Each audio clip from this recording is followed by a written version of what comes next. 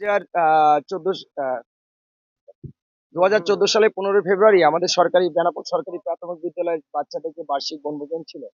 ফেরার পথে সড়ক দুর্ঘটনায় আমরা 9 জন সন্তানকে আমরা হারাই। আজকে সৃজন শেখা বেনাপোল আমাদের ছাত্রছাত্রীদের নিয়ে তাদের স্মৃতির প্রতি শ্রদ্ধা জানিয়ে একটি শোক র্যালি এবং একটি দোয়া অনুষ্ঠানের আয়োজন করেছি। আমরা সেখানে উপস্থিত হয়েছি এবং আমরা সেই সমস্ত আমাদের সেই বোনেরা ভাইদের প্রতি আমরা শ্রদ্ধা সাথে স্মরণ করছি। তবে আমরা একটি জিনিস বলতে চাই, আজকে সৃজন শেখা যে কাজটি করেছে, যেহেতু বেনাপোল সরকারি প্রাথমিক বিদ্যালয়ের স্টুডেন্ট যারা ছিলেন তাদের স্মৃতি স্বার্থে আজকে সরকারি প্রাথমিক বিদ্যালয়ের একটি দায়িত্ব গ্রহণ করা উচিত ছিল।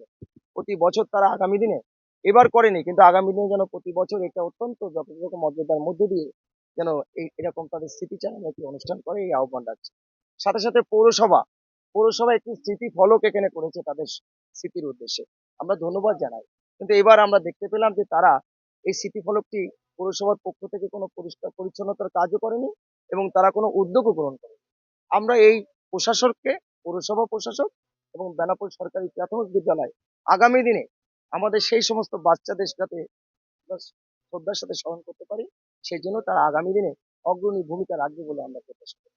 আমরা বেনাপোলবাসী, সামাজিক সংগঠন, রাজনৈতিক সংগঠন, আমরা সবাই আগামী দিনে যেমন আজকে আছি, আগামী দিনেও আমরা তাদেরকে সার্বিক সহযোগিতা করার জন্য আমরা এগিয়ে থাকবো।